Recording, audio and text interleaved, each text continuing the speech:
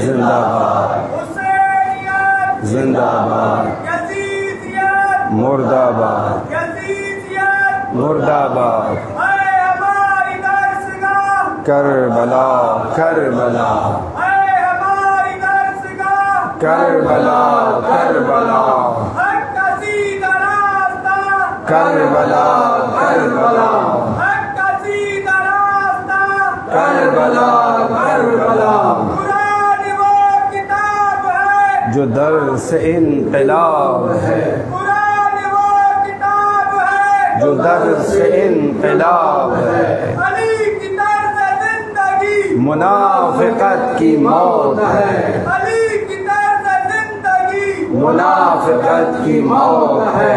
نعرہ حیدری لبیک یا حسین، تم ہاتھ بلند کر کے لبیک یا حسین،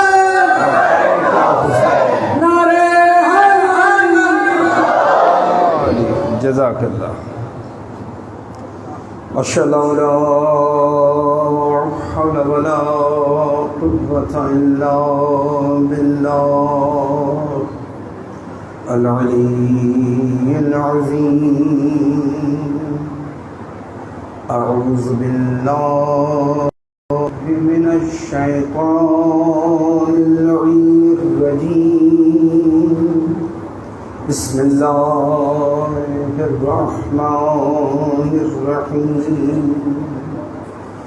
الحمد لله رب العالمين الذي هدانا لهذا وما كنا لنهتدي لولا أن هدانا الله، والصلاة والسلام على أشرف الأنبياء والمرسلين، خاتم النبيين أبي القاسم مصطفى محمد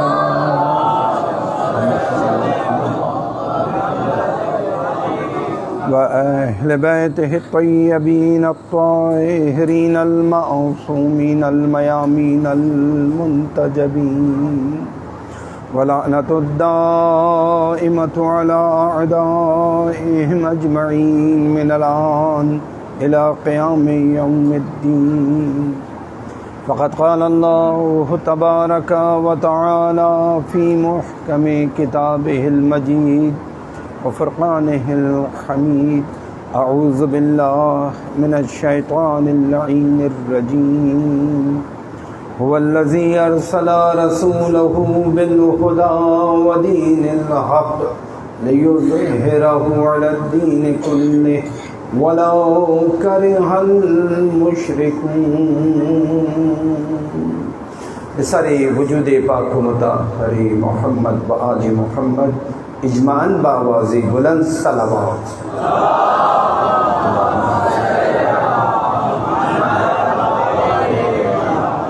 برائے صحت و سلامتی کل عاشقان امامت ولایت محبان اہل بیت، تمام علماء امامیہ، تمام مراج کرام و مقام معظم رہبری اجمعاً بآواز بلند صلوات۔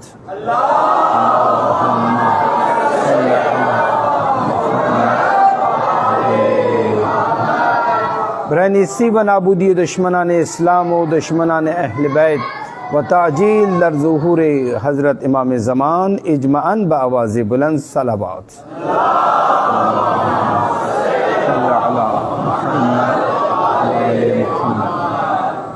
خدا انشاءاللہ ہماری ان قلیل عبادات کو اپنی بارگاہ میں قبول فرمائے اور ہمیں حضرات معصومین علیہ الصلوۃ والسلام کی سچے پیروکاروں میں اور ان کی شفاعت پانے والوں میں قرار دیں انشاءاللہ۔ بار دیگر بآواز بلند صلوات۔ اللہم صلی علی محمد وآل محمد۔ عزیزان محترم، عزاداران مظلوم کربلا، ایام عزاداری مظلوم کربلا، یقیناً عزاداری میں احساسات، جذبات بڑا نمایاں اور مرکزی کردار ادا کرتے ہیں۔ مگر یہ عزاداری صرف احساسات اور جذبات کے اظہار کے لیے نہیں ہے، بلکہ یہ عزاداری ایک رسالت ہے، ایک ذمہ داری ہے۔ اس عزاداری کا ہدف اگرچہ بڑی کوشش کی گئی کہ ذہنوں میں یہ بٹھا دیا جائے کہ بس رونا اور ماتم کرنا آپ کی ذمہ داری ہے، یہاں تک کہ نادانی میں بہت سارے شعراء نے بھی ایسے اشعار کہے کہ جن سے عام ذہن میں اس قسم کے نظریات اور عقائد جاگزی ہوئے کہ ہماری پیدائش کا ہدف ہی رونا ہے، اللہ نے ہمیں پیدا ہی رونے کے لیے کیا ہے۔ ہم تو بیوی کی دعا کا نتیجہ ہیں، جو بیوی نے کہا تھا میرے بچے کو کون روئے گا، تو بس ہم رونے کے لیے، وہ جو رونے کے لیے بیوی فکر مند تھی کہ میرے لال کو کون روئے گا، تو اللہ کے رسول نے فرمایا تھا خدا ایک امت پیدا کرے گا، تو ہم پیدا ہوئے ہیں تاکہ وہ بیوی کی جو پریشانی تھی، فکر تھی کہ کون روئے گا، تو ہم رونے کے لیے پیدا ہوئے ہیں، لہذا ہمارا کام بس رونا ہے۔ کون ماتم کرے گا، تو ہمارا کام بس ماتم کرنا ہے، اور یہ سمجھ بیٹھے کہ عزاداری مظلوم کربلا کا ہدف بس ماتم کرنا ہے۔ ہمارے سامنے بتائیے سب سے پہلا عزادار کون ہے؟ مظلوم کربلا کا پہلا عزادار کون ہے؟ سب سے پہلے عزاداری گریہ کس نے کیا؟ یہ اور بات کہ گریہ کرنے پر،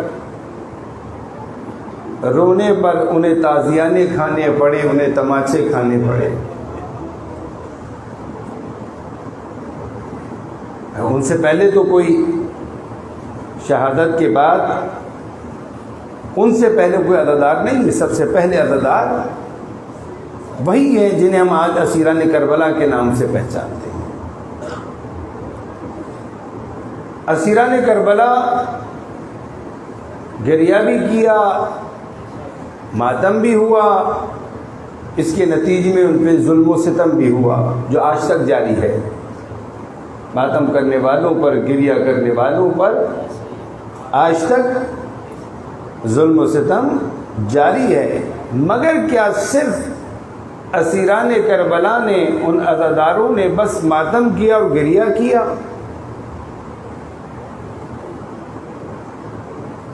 یا کچھ اور بھی کیا؟ اس اسارت کی حالت میں رسن بستہ بے کجاوہ سواری پہ سوار اس بی بی کی جو حسین کی سب سے بڑی عزادار ہے، اس کی نماز شب بھی قضا نہیں ہوئی، غافل نہیں ہوئی۔ ایک ایک بچے کا خیال رکھا، ایک ایک بیوی کا خیال رکھا کہ میرے بھائی کی امانتیں ہیں، انہیں سنبھال کے رکھنا ہے۔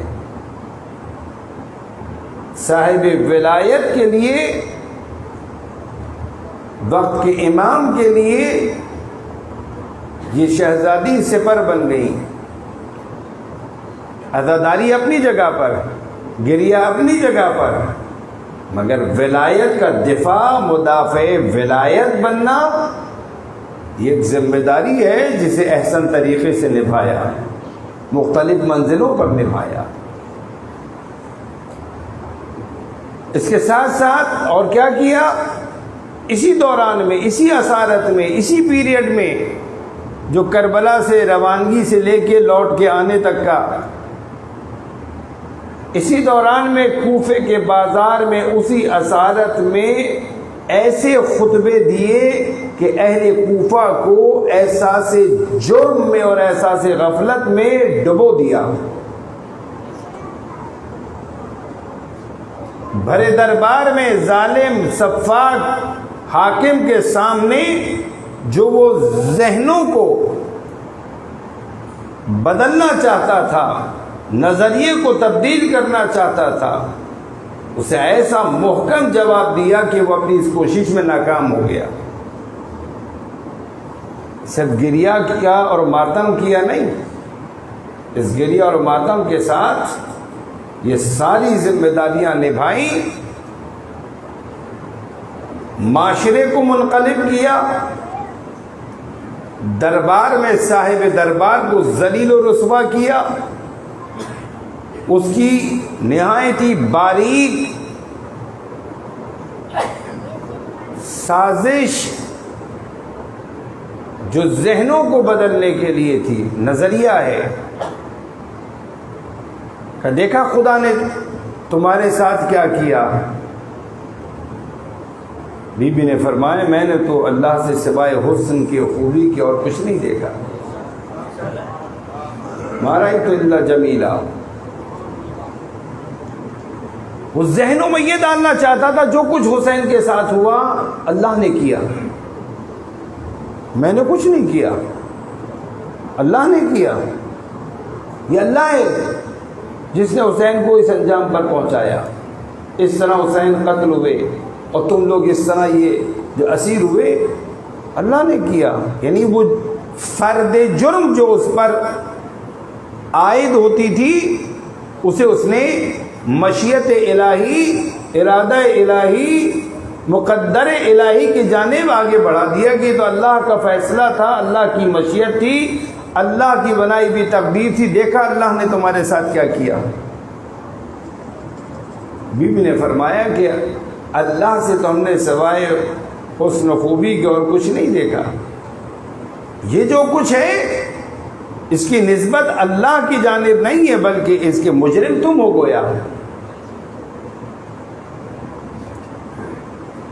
شام کے بازار میں، شام کے دربار میں پھر ان عزاداروں نے اپنی رسالت کو اس ماحول میں، اس معاشرے میں جہاں نماز کے بعد نماز قبول کروانے کے لیے، نماز کے بعد نماز قبول کروانے کے لیے ابی طالب کے بیٹے علی پر سب و شتم کرنا لازم تھا اگر نماز قبول کروانی ہے۔ 70 سال تک علی ابن ابی طالب پہ سب و شتم ہوتا رہا ہے۔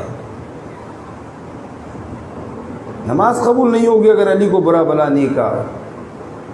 جیسے آج بہت سے نا تبرہ، علی سے تبرہ، علی پہ سب و شتم۔ اب جب کر رہے ہیں اور نماز پڑھ کے کر رہے ہیں، کلمہ کو نماز پڑھ رہے ہیں، اب نماز کی قبولیت کے لیے علی ابن ابی طالب پہ سب و شتم ہو رہا ہے۔ ایسے ذہن رکھنے والے معاشرے کے اندر شہزادی زینب و سید سجاد کے خطبے اب وہ کوفے والے خطبے نہیں ہیں، اسے کہتے ہیں بصیرت، اسے کہتے ہیں مکمل آگاہی۔ حادثہ نہیں ہے، ارادتاً ایک ہدف کے حصول کے لیے نکلے ہیں، آگاہی کے ساتھ۔ کوفے کا ماحول اور معاشرہ و تاریخ کیا ہے سب پتہ ہے، شام کا ماحول اور معاشرہ اس کی تاریخ کیا ہے سب پتہ ہے، یہاں کیا کہنا ہے، یہاں خطبہ کن مطالب پر مبنی ہو خوب جانتے ہیں، شام میں کیا کہنا ہے خوب جانتے ہیں۔ کوفے میں اہل کوفہ کی مذمت کی، اپنے بھائی کی مظلومیت کی جانب اشارہ کیا، تو اس حسین کو قتل کر دیا جو تمہارے لیے دست دعا بلند کرتا تھا، جو تمہاری نجات کے لیے کوشش کرتا تھا۔ الی آخر شہزادی کے جملے وہ اپنے مقام پر جب موضوع ہوگا آپ کی خدمت میں عرض کریں۔ شام میں جا کے اہل شام کے سامنے تعارف کروایا اہل بیت کا کہ ہم کون ہیں، کیونکہ اہل شام نہیں پہچانتے تھے، جو علی کو نہیں پہچانتے، علی پہ سب و شتم کر رہے ہیں، وہ اولاد علی کو کیا پہچانیں گے؟ لہذا شادیانے بجا رہے تھے، خوش تھے،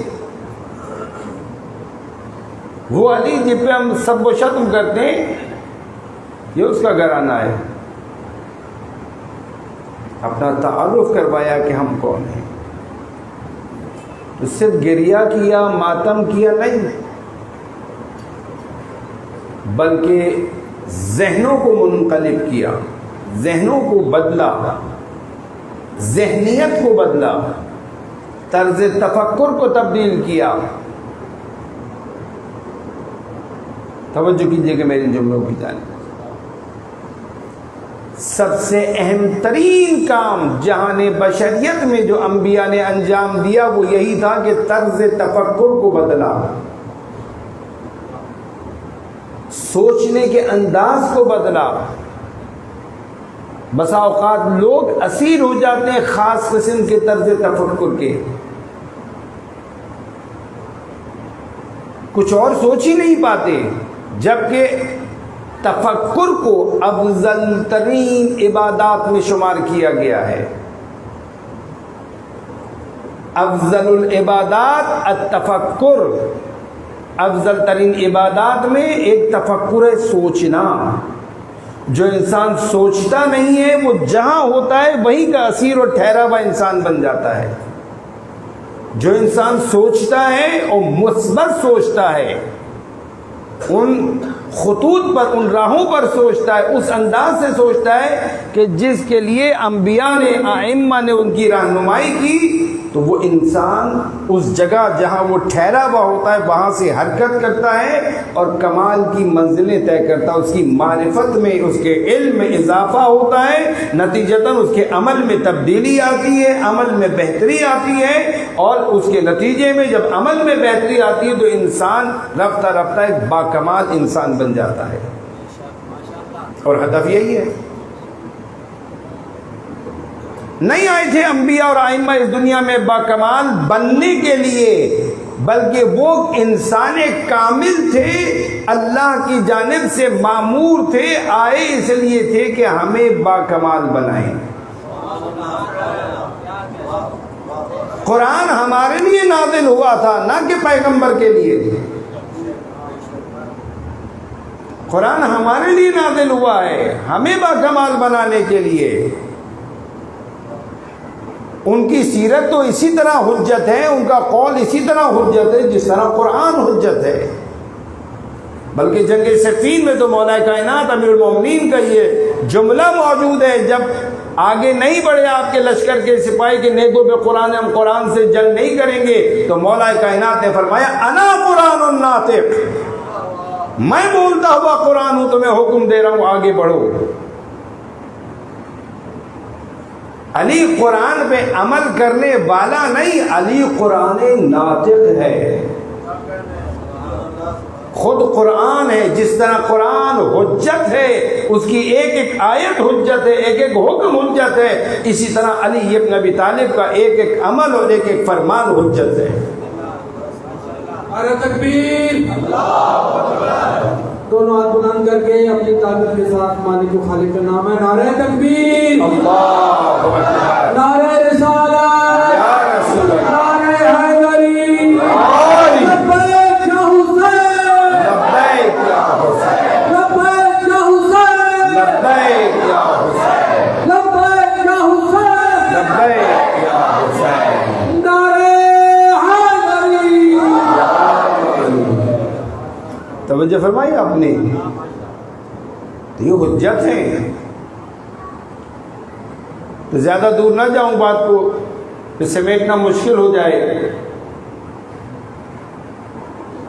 وہ سب وہ شک کرتے تھے علی ابن ابی طالب پر، اس علی پر کہ جس کی معرفت ہی نہیں تھی۔ لہذا سید سجاد اور شہزادی زینب کو پتہ تھا کوفے میں کیا کہنا ہے اور شام میں کیا کہنا ہے۔ کوفے میں مذمتی خطبے اور شام میں اہل بیت کا تعارف تھا۔ بڑے دربار میں سید سجاد کو روکنے کے لیے، آپ کی گفتگو کو روکنے کے لیے، جو کہ پہلے نہیں چاہ رہا تھا، جب مؤذن کو کہا کہ اذان دے اور وہ رسول اکرم کی گواہی رسالت کی دینے لگا، تو آپ نے اسے روک دیا۔ اس کے بعد تخت پہ بیٹھے ہوئے خاتون سے پوچھا کہ بتا کہ جس کی رسالت کی گواہی دے رہے وہ تیرے نانا ہے یا میرے نانا ہے؟ تو کہتا کہ تیرے، تو تو جھوٹا ہے، اور کہتا کہ میرے، تو پھر ہمارے ساتھ یہ سلوک کیوں کیا؟ ہمیں اس حال میں، اس بڑے دربار میں اس طرح کیوں لے کر آئے؟ یعنی کام کیا، لوگوں کے ذہنوں کو متوجہ کیا، تبدیل کیا، طرز تفکر کو بدلا۔ تو جو بات میں آپ کی خدمت میں عرض کر رہا تھا کہ عزاداری مظلوم کربلا صرف گریہ و ماتم کا نام نہیں ہے، بلکہ وہ افراد جو نہیں جانتے، نہیں پہچانتے، علم نہیں ہے، معرفت نہیں ہے، گمراہ کر دیے گئے ہیں، اپنی بہترین گفتگو، بہترین اخلاق، بہترین رویے سے ان کے سوچنے کے انداز کو، ان کے طرز تفکر کو بدلنا ہماری ذمہ داری ہے۔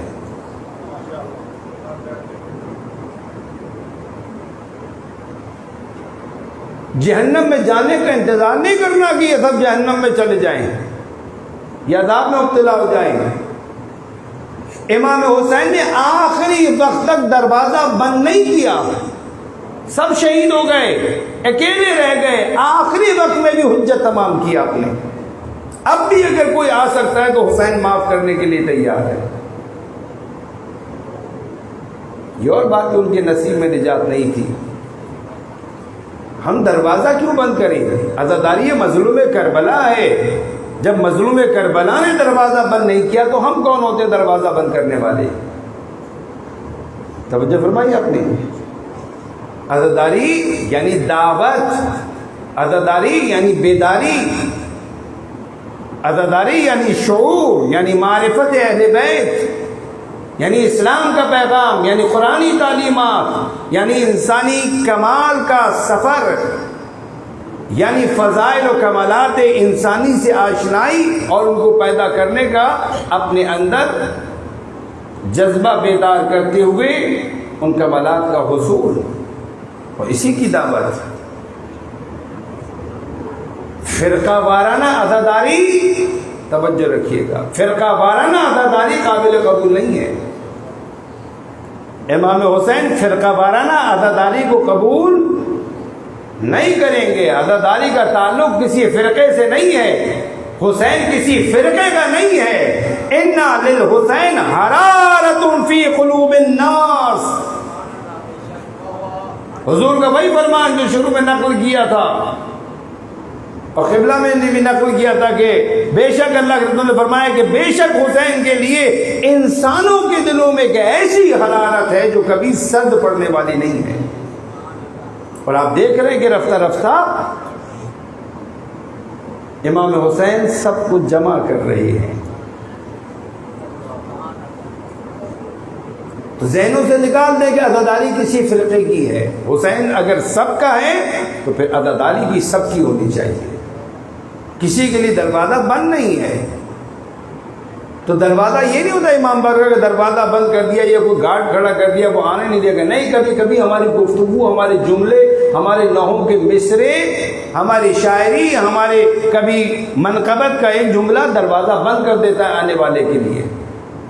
خیال رہے دروازہ تک یہ لکڑی کا نہیں ہوتا، کبھی یہ دروازے جو آج کسی بھی بلڈنگ کی تھی امام بارگاہ کے ذہنوں میں یہ ہے کہ یہ دروازے نہیں، اپنی گفتگو سے دروازہ بند کر دینا، اپنے شعر سے دروازہ بند کر دینا، آتے ہوئے کو پلٹا دینا۔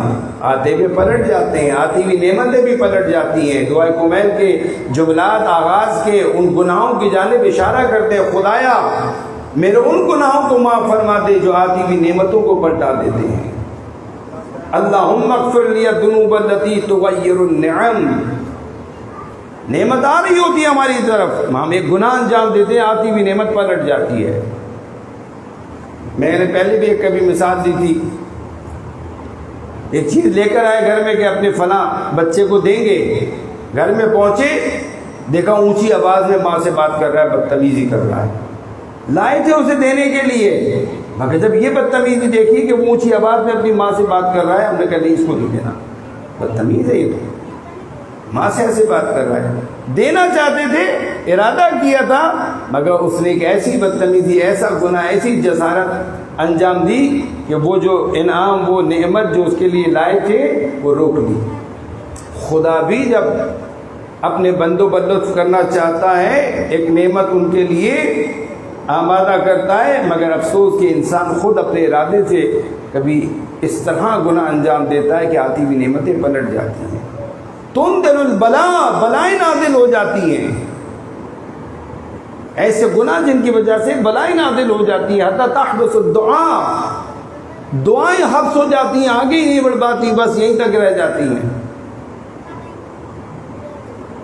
یہ محرومی ہماری اپنی جانب سے ہوتی ہے۔ تو میں بات جو عرض کر رہا تھا آپ کی خدمت میں، عزاداری مظلوم کربلا یہ فرقہ وارانہ عزاداری نہیں ہے، اس کا جو امیج بن چکا ہے کہ شیعوں کے لیے، اور جو سیاسی حکومتیں جو آج ہمارے یہاں ہوا کرتی ہیں، اور حکومتیں جس طرح مختلف بہانوں سے طریقوں سے اس عزاداری کو فرقہ وارانہ بنا رہی ہیں اور اس کو محدود کر دیا۔ پہلے تو کوشش کی کہ انڈور چلی جائیں، انڈور نہیں گئی تو باہر مین روڈ پر ہی ان کو انڈور کر دیا گیا۔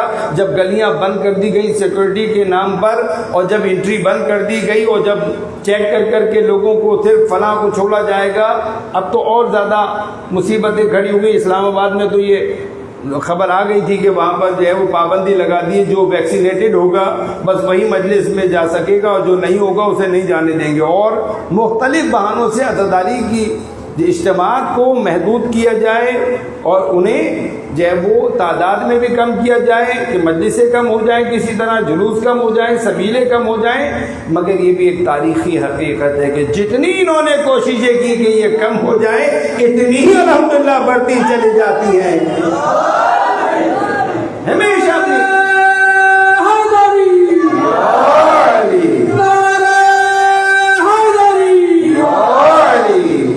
اپنی کوششوں میں ناکام رہی ہے، ہماری طاقت سے ہی آگے نہیں بڑھتی۔ اس میں طاقت انہی کی ہے کہ جن کا ذکر ہے۔ کون ان کا راستہ روک سکا؟ 14 صدیاں گزر گئی، تم روک سکے؟ تم نے ہمیں تو زندہ چنوا دیا، تم نے قدم قدم پہ ہمارا قتل عام کیا، ہمارے بچوں کو قربان کیا، کتنی کوششیں کر لی، متوکل جیسے ظالم و سفاک نے کتنا ظلم و ستم ڈھایا، مگر کیا عزاداری کا سفر رک سکا؟ کیا یا حسین کی آواز دب سکی؟ آج کون سا بر اعظم ہے، بر اعظم کا کون سا ملک ہے، ملک کا کون سا شہر ہے جہاں یا حسین کی آواز بلند نہیں ہے؟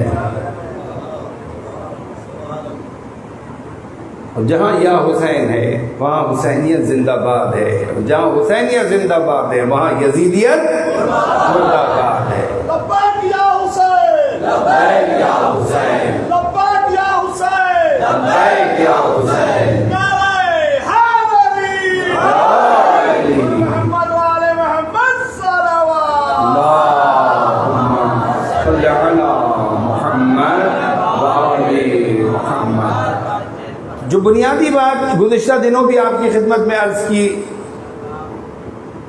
اور کیونکہ وقت دامن کو ملوث خاطر رکھنا ہے، اور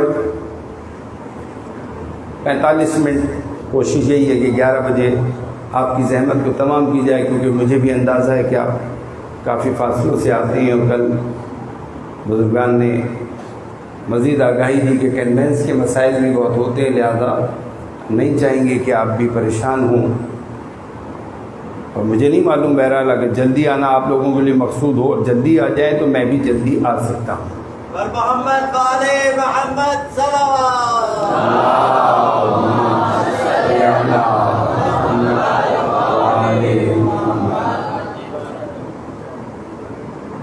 گزشتہ دنوں جو ہم بات آپ سے کرتے رہے، اور وہ ہے اللہ کی بندگی۔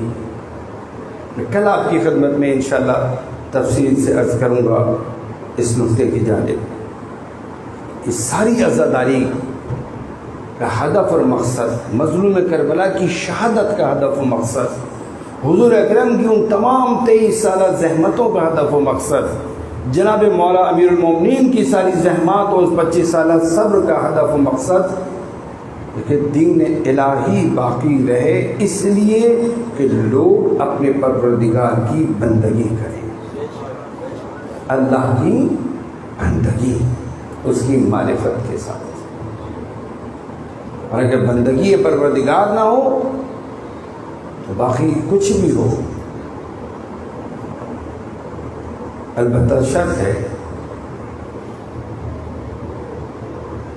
دل چاہتا ہے کہ بس انہی چند دقائق میں آپ کے سامنے نقل کر دوں۔ یاد آ کہ اللہ کے رسول ایک مرتبہ اپنے اصحاب کے ساتھ آپ موجود تھے، کسی ایک اپنے صحابی سے کہا کہ اے بندہ خدا، انسان کا کسی سے محبت کرنا، کسی سے بغض رکھنا، جنگ کرنا، صلح کرنا، سب کا سب اللہ کی رضا کی خاطر اللہ کی راہ میں ہونا چاہیے، اور ولایت الہیہ میں وہ شامل نہیں ہو سکتا، وہ شخص کبھی رہ گزر سے گزر نہیں سکتا کہ جو ایمان کا مزہ نہ چکھے، اور اس ایمان کا مزہ چکھنے کے لیے لازم ہے کہ انسان اپنی اس محبت کو، اپنے اس بغض کو، کسی سے لڑائی کو، جنگ کو، کسی سے صلح کو، سب کو صرف اللہ کی خاطر۔ اور چھٹے امام نے بھی اپنے ایک فرمان میں اسی جانب دین کی تعریف کرتے فرمایا حل الدین الا الحب، آیا دین سوائے محبت کے کچھ اور ہے؟ اور پھر آگے حضرت نے فرمایا البغض للہ، الحب للہ والبغض للہ، محبت بھی اللہ کی خاطر اور بغض بھی اللہ کی خاطر۔ تو پھر اس شخص نے پوچھا اللہ کے رسول سے، اس صحابی نے کہ یا رسول اللہ، میں کیسے پہچانوں کہ میری محبت بھی اللہ کی خاطر ہے، میرا بغض بھی اللہ کی خاطر ہے، میری جنگ بھی، میری صلح بھی اللہ کی خاطر ہے، اور میں کیسے ولی خدا کو پہچانوں کہ جس سے محبت کرنا اور جس کے دشمنوں سے بغض رکھنا مجھے پتہ چلے کہ میں اسی راستے پر ہوں جس راستے پر مجھے ہونا چاہیے، کہ میں جس سے محبت کرنی ہے محبت کروں، جس سے بغض رکھنا ہے اس سے بغض رکھوں۔ جب تک وہ معیار میرے پاس نہیں ہوگا، وہ ولی خدا پہلے ہو جو مظہر ولایت الہیہ ہے، تاکہ میں اس کے دشمن سے دشمنی رکھوں اور اس کے دوستوں سے محبت رکھوں۔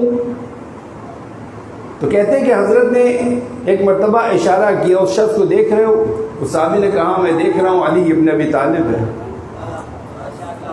تو حضور نے فرمایا یہ وہ ہے کہ جس سے محبت رکھنا اور اس کے دوستوں سے محبت رکھنا اور اس کے دشمنوں سے بغض رکھنا۔ الفاظ روایت میں یہاں تک کہ اس کے دوستوں سے محبت رکھنا، چاہے وہ تمہارے باپ کے، تمہارے بھائیوں کے قاتل کیوں نہ ہوں، اور ان کے دشمنوں سے بغض رکھنا، چاہے وہ تمہارا خود باپ ہی کیوں نہ ہو، تمہارا بھائی کیوں نہ ہو۔ اللہ اکبر، فرمان جائے کتنا واضح، اللہ کے رسول نے کتنا واضح فرمایا تھا، مگر جس سے محبت رکھنے کا، بلکہ اس کے دوستوں سے محبت و دوستی رکھنے کا حکم دیا تھا، خود اس علی ابن ابی طالب سے ایسا بغض رکھا کہ جس کی جانب میں نے ابھی اشارہ کیا تھا کہ نماز کے بعد سب وہ شتم کرتا تھا عالم اسلام کا ایک بڑا حصہ۔ جب آپ سے کہتے ہیں، میں نے پہلے بھی یاد ہے کہ گزشتہ سال بھی آپ کی خدمت میں عرض کیا تھا، مگر صرف یاد دہانی کے لیے کہ جب ہم کہتے ہیں شام، تو شام سے مراد یہ سیریا نہیں جو آج آپ کو شام کہلاتا ہے، سب زیارت کے لیے جاتے ہیں شام جا رہے ہیں، یہ شام آج کا شام ہے، شام نہیں، شامات، وہ حکومت جو تھی شام کی حکومت، وہ شامات، اس میں مصر بھی تھا، فلسطین بھی تھا، اردن بھی شامل تھا، سمجھ میں آئی آپ کے؟ یہ سارے علاقے، تھوڑا سا عراق کا علاقہ بھی شامل تھا، یہ اتنا بڑا جو شام، ماضی کا شام، اتنے بڑے علاقے میں علی ابن ابی طالب پہ سب و شتم ہوتا تھا۔ اس علی کے جس سے محبت رکھنے والے سے محبت رکھنے کا بھی حکم دیا گیا۔ اللہ اکبر، قربان جائے۔ اور یہ ساری کی ساری زحمتیں، تکالیف اس دین کے لیے اٹھائی۔ حسین اسی علی ابن ابی طالب کا بیٹا ہے۔ کتنا پیارا دین ہے۔ یقیناً اس دین میں کچھ نہ کچھ ایسا ہے جسے ابھی ہم سمجھے نہیں ہیں، مگر اتنا ضرور پتہ ہے کہ اتنا قیمتی ہے وہ کہ جس پر حسین نے اپنے بچپن کے دوست کو قربان کر دیا، اپنے بہترین اصحاب کو قربان کر دیا، اپنا وطن چھوڑ دیا، نانا کی قبر کی مجاوری چھوڑ دی، مادر گرامی کی قبر سے الوداع ہو گئے، خانہ خدا 8 ذی الحج کو چھوڑ دیا، اس زمین کی طرف چلے آئے جہاں جانے سے سب منع کرتے رہے، گھبرا رہے تھے کہیں حسین ادھر نہ چلے جائیں، مگر حسین اس دین کو بچانے کے لیے وہیں پر پہنچ گئے جہاں پہ پہنچنے سے سب روکنا چاہتے تھے۔ اللہ اکبر، قربان جائیں اس حسین کے جس نے اس دین کو ہمارے لیے بچایا۔ میدان کربلا جلوہ گاہ ہے، آج ابھی جو نعرہ ابھی لگا بہترین نعرہ ہے ہماری درسگاہ کربلا کربلا کربلا سے اگر درس لے لیا جائے تو زندگی بدل جائے گی۔ کربلا چند لوگوں کا مجموعہ اور بس لڑائی اور اس کے بعد قتل عام اور اسارت صرف یہی نہیں ہے، یہ کوئی مووی نہیں ہے کربلا کہ جس کے ظاہری ایکشنز کو دیکھ کر بس آدمی یہ سمجھے کہ ایک منظر ہے پیش کر دیا گیا اور ختم۔ پورا دین الہی اقدار کربلا میں نظر آتی ہیں۔ کربلا مظہر ہے، ایک طرف ابلیسیت ہے، ایک طرف للہیت ہے، انسانیت اپنے کمال پر ہے، اپنے اوج پر ہے۔ کہتے ہیں کہ کربلا میں جہاں مولا کے اہل بیت تھے وہیں مولا کے اصحاب بھی تھے، جہاں اصحاب تھے وہیں بہت سے اصحاب کے غلام بھی موجود تھے۔ ان غلاموں میں کوئی ترکی غلام تھا، کوئی حبشی غلام تھا، اور جہاں سب آ رہے تھے اجازت لینے کے لیے وہاں پر یہ غلام بھی اسی جذبے سے سرشار تھے، اور کربلا میں سب مالکوں نے اپنے غلاموں کا آزاد کر دیا تھا، سب حسین کے غلام بن گئے تھے۔ آقا میں اجازت دیجیے، آقا میں اجازت دیجیے، جون بھی چلے آ رہے ہیں، آقا میں اجازت دیجیے، جون کو اجازت نہیں مل رہی کہ میں نے تمہیں اپنے فرزند کے لیے رکھا ہے، علی ابن الحسین کے لیے، ان کی خدمت کے لیے، مگر جون بے قرار ہیں، قربان جائیں۔ ایک مرتبہ جون نے عجب جملہ کہا، اور جون بھی جانتے ہیں کہ کس سے کہہ رہے ہیں، کون ہے یہ حسین ہے، کیا اس کی سوچ ہے، کیا اس کے معیارات ہیں، خوب جانتے ہیں، مگر دیکھیے اجازت لینے کے لیے، جیسے آپ ساتھ محرم کو انشاءاللہ سنیں گے جناب قاسم کے حوالے سے کہ وہ رقعہ لے کر آ گئے، وہ تعویذ جو بازو پہ بندھا ہوا تھا، اجازت مل جائے، جانتے تھے کہ یہ دوں گا اب اجازت مل جائے گی، اس سے پہلے کئی بار آئے نہیں ملی اجازت۔ جون نے اسی طرح ایک راستہ نکالا اور کہنے لگے آقا کیا آپ مجھے اس لیے اجازت نہیں دے رہے کہ میرا رنگ سیاہ ہے، اس لیے اجازت نہیں دے رہے کہ میرے بدن سے بدبو آتی ہے؟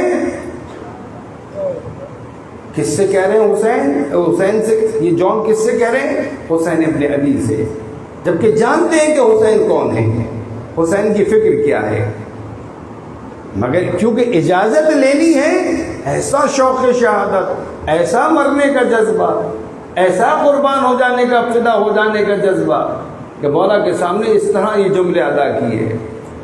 اللہ اکبر۔ جون کا یہ شوق دیکھ کر، یہ اصرار دیکھ کر مولا نے جون کو اجازت دی۔ یاد رکھیں کربلا میں کوئی تعصب نہیں ہے، کسی قسم کے کوئی چھوٹے بڑے نہیں ہیں، بس حسین آقا ہیں، مولا ہیں، اور سب حسین کی غلامی میں ہیں۔ ایک مرتبہ لڑتے لڑتے جون بھی زخموں سے چور ہوئے، اپنا آخری سلام بھیجا، ادھر جون کی آواز آئی، حسین تیزی سے جون کے سرہانے پہنچے، سر اٹھا کے زانوں پہ رکھا، ہٹا دیا، پھر رکھا، ہٹا دیا۔ تو جون کیوں نہیں سر کو رکھنے دیتے، کیوں ہٹا رہے ہو؟ تو مولا کہاں اس غلام کا سر کہاں آپ کا زانو، اللہ اکبر۔ حسین یہی فرق مٹانا چاہتے تھے، جہاں عباس کا سر رکھنا تھا وہیں جون کا سر رکھا ہے، جہاں حبیب کا سر، اللہ اکبر۔ کوئی فرق نہیں ہے حسین کے سامنے، قربان جائیں ایسے آقا کے کہ جس نے اس طرح نوازشیں کی میدان کربلا میں بلا تفریق ہر ایک کو۔ ایسا نہیں کہ جون ہے غلام ہے تو اس پر کم نوازش کی ہوگی اور جناب ابو الفضل عباس پر کچھ زیادہ کی ہوگی، نہیں، حسین انسان عادل ہے۔ قربان جائیں امام حسین کی۔ جون کو امام حسین اس کے سر کو اپنے زانو پر رکھتے ہیں، اسے تسلی دیتے ہیں۔ جون کا دم بھی نکلا تو مولا کے زانو پر نکلا۔ جون بھی اس دنیا سے گئے تو سر حسین کے زانو پر تھا، اس حسین کے زانو پر تھا کہ جب وہ حسین اس دنیا سے گیا تو پشت گردن سے ضربیں لگی تھیں اور کوئی ایسا نہ تھا جو آ کر حسین کے سر کو اپنے زانو پہ رکھتا۔ ادھر بہن ایک بلند مقام پر کھڑی ہوئی فریادیں کر رہی تھی، او شیب کیا تو حسین کو نہیں پہچانتا؟ مگر یہ مرغون اس حسین کی نہیں سن رہا تھا، پشت گردن سے ضربے لگا رہا تھا۔ اللہ اکبر۔ یہی کہتے ہیں، یہی نقل کیا جاتا ہے کہ کوئی نہیں تھا جو حسین کے سرہانے آتا۔ ہاں ایک ماں تھی، ایک سیاہ پوش بی بی تھی جو اپنے فرزند کے سرہانے پہنچی ہے، اس کے سر کو اپنی آغوش میں لیا ہے۔ الا لعنت اللہ علی قوم الظالمین فسيعلم الذين ظلموا أي منقلب ينقلبون۔ پروردگار عباس محمد و آل محمد کا ہماری ان قلیل عبادات کو اپنی بارگاہ میں قبول فرما۔ پروردگار عباس محمد و آل محمد کے عزاداران مظلوم کربلا دنیا میں جہاں جہاں عزاداری منعقد کر رہے ہیں ان کی توفیقات خیر میں اضافہ فرما۔ بار الہ میں علم و شعور و تعلیمات مکتب محمد پروردگار عباس محمد و آل محمد کا اہل بیت کے چاہنے والے جو بیمار ہیں انہیں شفا کاملہ عطا فرما، جو زخمی ہے صحت عاجلہ عطا فرما۔ بار اللہ ہمارے وطن عزیز کے بہترین افسران گزشتہ روز جو حادثے میں جاں بحق ہوئے، ان تمام بہترین افسران کو، ہماری جو مسلح افواج ہیں جو بہترین خدمات انجام دے رہی ہیں وطن کی جغرافیائی حدود کے لیے اور مختلف حادثات میں، سیلاب میں، زلزلے کی صورت میں اس مظلوم ملت کی خدمت اور معاونت کرتی، بار الہ ان کی توفیقات میں اضافہ فرما، ان تمام شہداء کے درجات کو بلند فرما۔ بار الہ جو اگر سازشیں ہیں، جیسا کہ تاریخ یہی ہے کہ اس قسم کے حادثات کو اگرچہ حادثات کہا جاتا ہے مگر اس کے پیچھے بڑے عوامل ہوا کرتے ہیں۔ یقیناً پاک فوج کے ترجمان جو کچھ بیان کرتے ہیں وہ بہت سوچ سمجھ کے بیان کرتے ہیں، مگر کچھ سازشیں ایسی ہوتی ہیں جو بعد میں بیان کی جاتی ہیں جو وہ خود بیان نہیں کر سکتے، مگر ہم سمجھتے ہیں ان چیزوں کو کہ یہ لیفٹیننٹ جنرل جو اس حادثے میں سانے میں سرفراز علی شہید ہوئے، آنے والے وقتوں میں ایک امکان موجود تھا کہ یہ آرمی چیف بنتے اور یہ اس وقت کوئٹہ کے کور کمانڈر تھے، اور یقیناً بلوچستان کے حالات جمہوری اسلامی کے ساتھ اس کا ہونا اور جو آنے والے وقتوں میں سازشیں نظر آ رہی ہیں ان کے اگر ہم حوالے سے اس سہانے کو دیکھتے ہیں تو ایک منظم سازش نظر آتی ہے۔ دعا کریں کہ خدا ان تمام باطل استکباری قوتوں کی سازشوں سے ہماری مملکت کو، ہماری مسلح افواج کو، ہماری مظلوم عوام کو، جمہوری اسلامی کو، انقلاب اسلامی کو، نظام ولایت فقیہ کو محفوظ فرمائے انشاءاللہ، اور دشمنوں کو بہت جلد ان کے کیفر کردار تک پہنچائے۔ بار اللہ عباس محمد آل محمد کا ہمارے بہترین خدمت گزار، میرا خوف رکھنے والے، وطن سے محبت کرنے والے، عوام کی خدمت کرنے والے جتنے بھی افسران و اہلکار ہیں ان سب کی توفیقات میں اضافہ فرما، ان کی حفاظت فرما۔ کالی بھیڑوں سے ہمارے اداروں کو پاک و پاکیزہ فرما، بارلا بدخواہوں کی سازشوں سے ان کے شر سے ہم سب کو محفوظ فرما۔ پروردگار اپنے پاس محمد علی محمد کا تمام مومنین میں بالخصوص اور جملہ مسلمین میں زیادہ زیادہ اتحاد و یگانگت کو ایجاد فرما، عزاداری مظلوم کربلا کو مثبت انداز سے فروغ دینے کی توفیق عطا فرما، بارلا ہماری خطاؤں نادانیوں سے تقصیروں سے درگزر فرما۔ پروردگارا لباس محمد علی محمد کا مجاہدین اسلام کو، مقاوم قوتوں کو، مدافعین حرم کو فتح و نصرت و کامیابی و کامرانی عطا فرما، دشمنان اسلام، دشمنان بشریت پسند، دشمنان عزاداری کو ذلیل و خوار و نیست و نابود فرما۔ پروردگارا لباس محمد و آل محمد کا تمام علماء امامیہ، تمام مراج کرام و مقام معظم رہبری کو اپنے حفظ امان میں رکھنے کے اہداف میں کامیابی عطا فرما۔ قلب امام زمانہ کو ہم سے راضی و خوشنود فرما، مولا امام زمانہ کی ظہور میں تعجیل فرما، ہمیں حضرت کے سچے اصحاب و انصار میں سے قرار پانے کی توفیق عطا فرما، ہماری موت کو مرگ شہادت قرار دے، رود حاشر دامن اہل بیت میں محشور فرما، ماتم حسین